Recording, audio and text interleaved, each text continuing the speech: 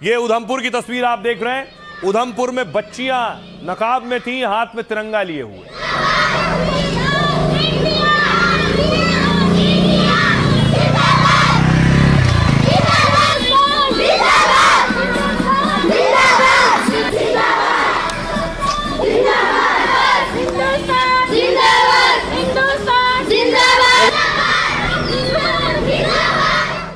अब दूसरी तरफ आपको बॉर्डर पर लिए चलता हूं। वाघा अटारी बॉर्डर पर भी तैयारी शुरू हुई और कल का दिन बड़ा होता है। दूर दूर से लोग पहुंचते हैं वाघा अटारी पर।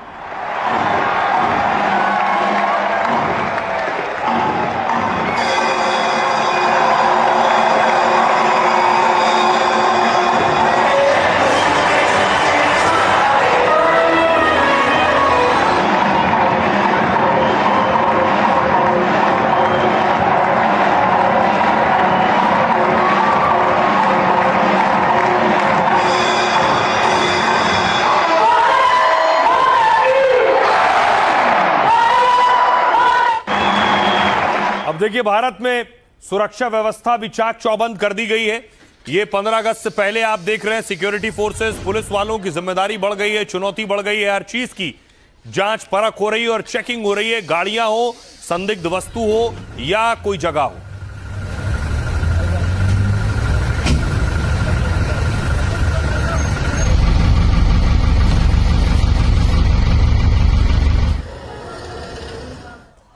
अब देखिए, ट्रैफिक पुलिस के लिए भी बड़ी जिम्मेदारी होगी कि रूट डाइवर्ट होंगे, बहुत से रूट बंद किए जाएंगे। ट्रैफिक पुलिस ने भी तिरंगा यात्रा निकाली।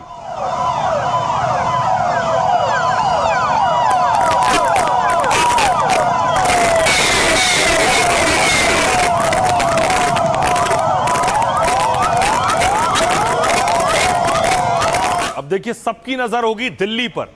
तो दिल्ली के कंट्रोल रूम में आपको लिए चलता हूं। दिल्ली का कंट्रोल रूम आप देख रहे हैं, चप्पे चप्पे पर तीसरी आंख का पहरा है और सीसीटीवी कंट्रोल रूम में नजर रखी जा रही है।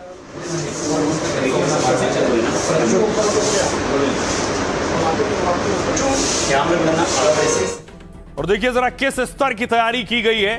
भारत में 15 अगस्त से पहले देश के 80वें स्वतंत्रता दिवस को लेकर तैयारियां पूरी कर ली गई हैं। लाल किले में होने वाले खास समारोह की अगुवाई पीएम मोदी करेंगे।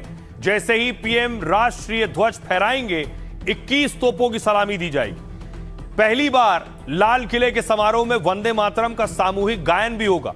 2 MI-17 हेलीकॉप्टर समारोह वाली जगह पर फूलों की बारिश करेंगे और आजादी के समारोह में 5000 विशेष मेहमानों को आमंत्रित किया गया है। जहां पीएम मोदी झंडा फहराएंगे, वहां चप्पे चप्पे पर सुरक्षा व्यवस्था कड़ी होगी।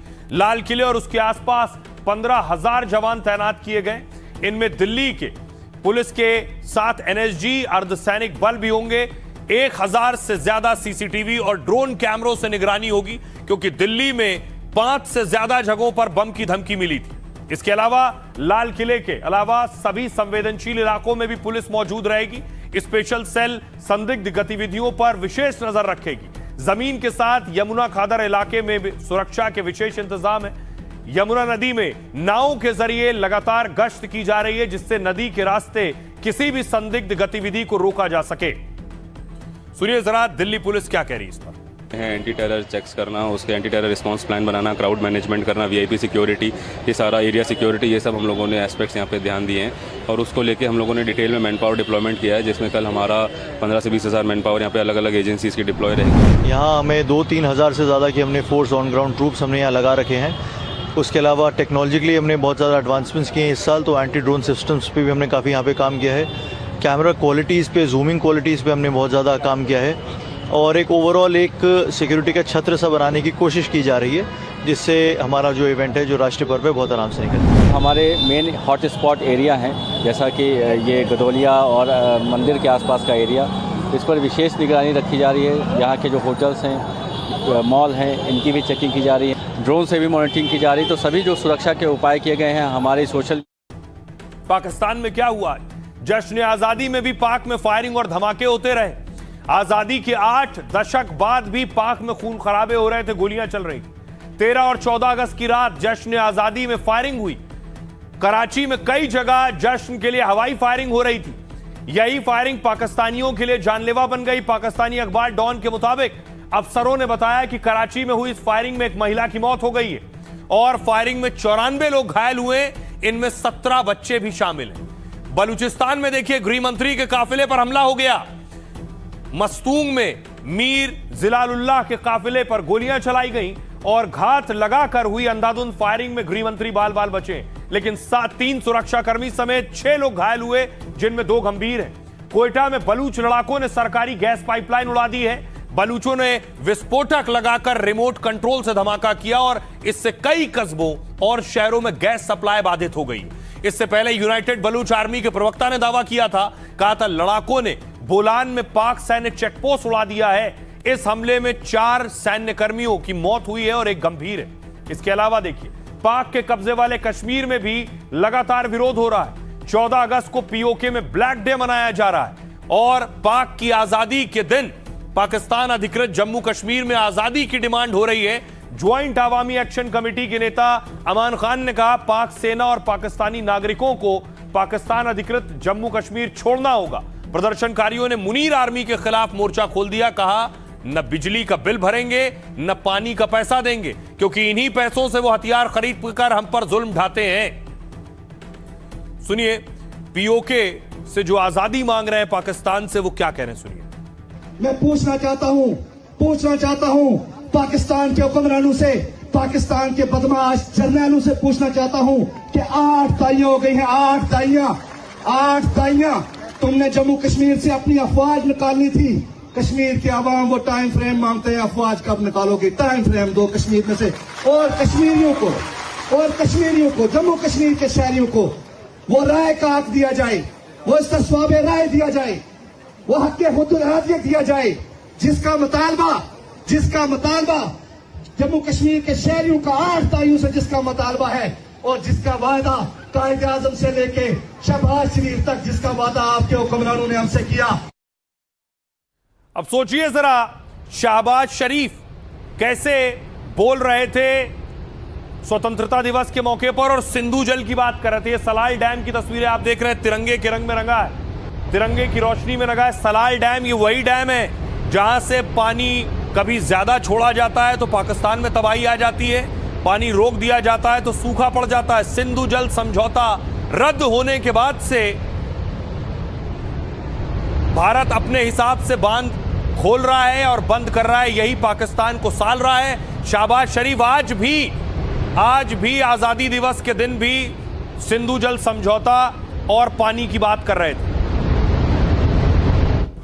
तो देखिए जब हिंदुस्तान जश्न आजादी में डूबा हुआ है तो पाकिस्तान अपनी हरकतों से बाज नहीं आ रहा है। एक बार फिर पाकिस्तान ने गीदड़ भभकी दी है। इस बार यह हिमाकत पाक के पीएम शहबाज ने की। पाक की आजादी पर भाषण देते हुए शहबाज ने कहा, पाकिस्तान के हिस्से के पानी पर समझौता नहीं होगा। अगर किसी ने पानी रोकने या कम करने की कोशिश की तो पाकिस्तान की ओर से मुंहतोड़ जवाब दिया जाएगा। शहबाज ने धमकियां इस्लामाबाद में खड़े होकर दी हैं, वो भी इसलिए क्योंकि भारत ने सिंधु जल संधि निलंबित कर दी थी। अप्रैल 2025 में पहलगाम हमले के बाद यह एक्शन लिया गया, जिससे सिंध और बलूचिस्तान प्रांत में गंभीर जल संकट हो गया।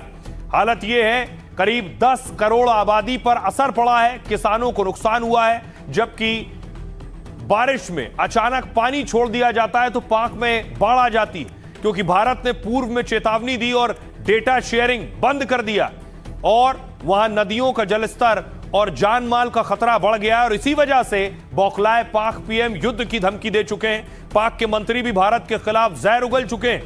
लेकिन अब शहबाज बोले, पाक पड़ोसियों के साथ शांति चाहता है, लेकिन उसकी शांति की इच्छा को कमजोरी मत समझना। शांति का झूठा ढिंडोरा पीटने वाले शहबाज ने गीदड़ भभकी दी, कहा भारत सही रास्ते पर आए, नहीं तो सीधा जवाब मिलेगा।